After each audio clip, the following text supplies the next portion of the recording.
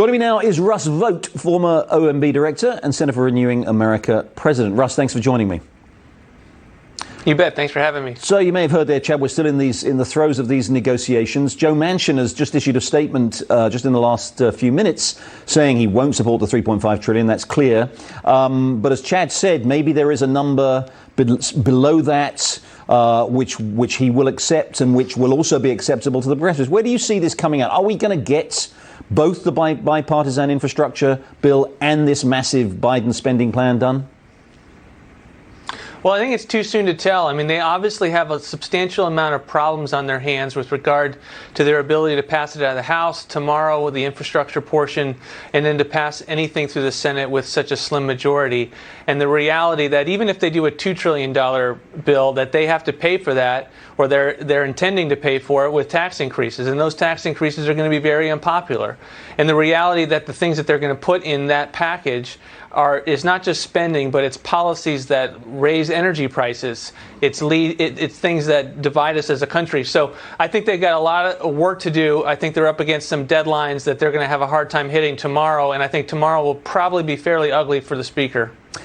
Do you think, I mean, it's worth saying, isn't it, Russ, that the number that keeps being quoted is this $3.5 trillion bill, but as we've pointed out at the Wall Street Journal and others have too, the actual final price tag of that bill is significantly higher because there are these kind of provisions for sunsetting some of these arrangements that are clearly not going to happen in 2025 and 26 and 27. So the likely cost is actually significantly higher, isn't it?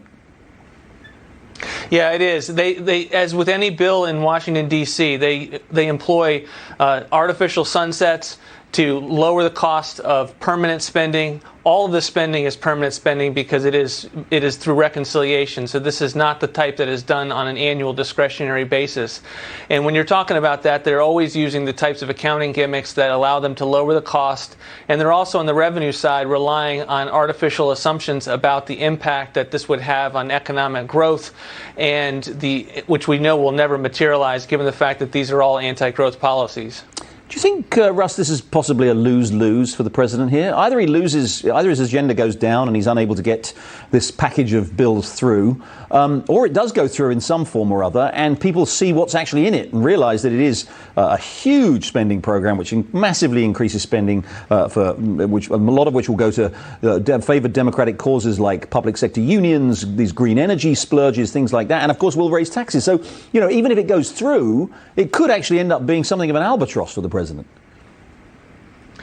I think it certainly will. I think the challenge is that Democrats often are willing to pay a political price at the polls in order to advance their legislative priorities. And I think what they're hoping is that they can jam this through the Congress, have the American people forget it. I don't think the American people are going to forget it, and have it be in permanent policy and change America using these very, very narrow majorities that they have. And I think that's the challenge for the country, is that, it may be a win politically, but it will be very damaging to the country and may change us permanently in a way that we may not be able to get back. Finally, Russ, as we look at these various spending proposals, and we look at what's happening to inflation in the economy, we've seen that picking up significantly.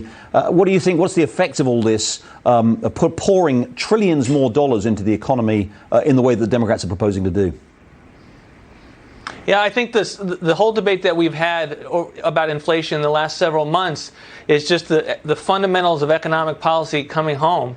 And that is something that, for various specific reasons we did not see in the last decade. Our policy elites said inflation would not come back, and we are seeing it because of the vast amount of spending that's going into the economy. And we're going to only see that in spades to increase as the economy picks up. It's coming out of an economic shock from the pandemic, and the Fed is not going to have the tools to be able to keep this in check the way they did over the last 10 years.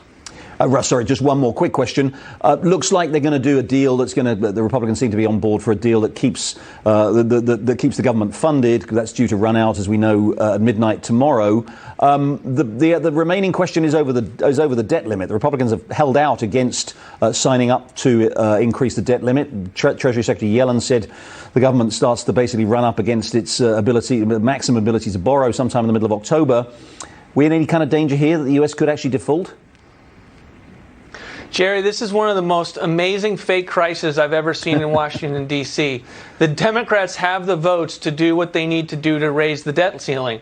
They have movable objects, which is, they're not relying on Republican votes to be able to get majorities to do this. No, they have a procedure that allows them to do it. Reconciliation, right? Yeah. Exactly. Yeah. And so there's nothing that's preventing them from doing this other than their own temper tantrum that they're currently having. All right, Russ Vought, thanks very much for joining us.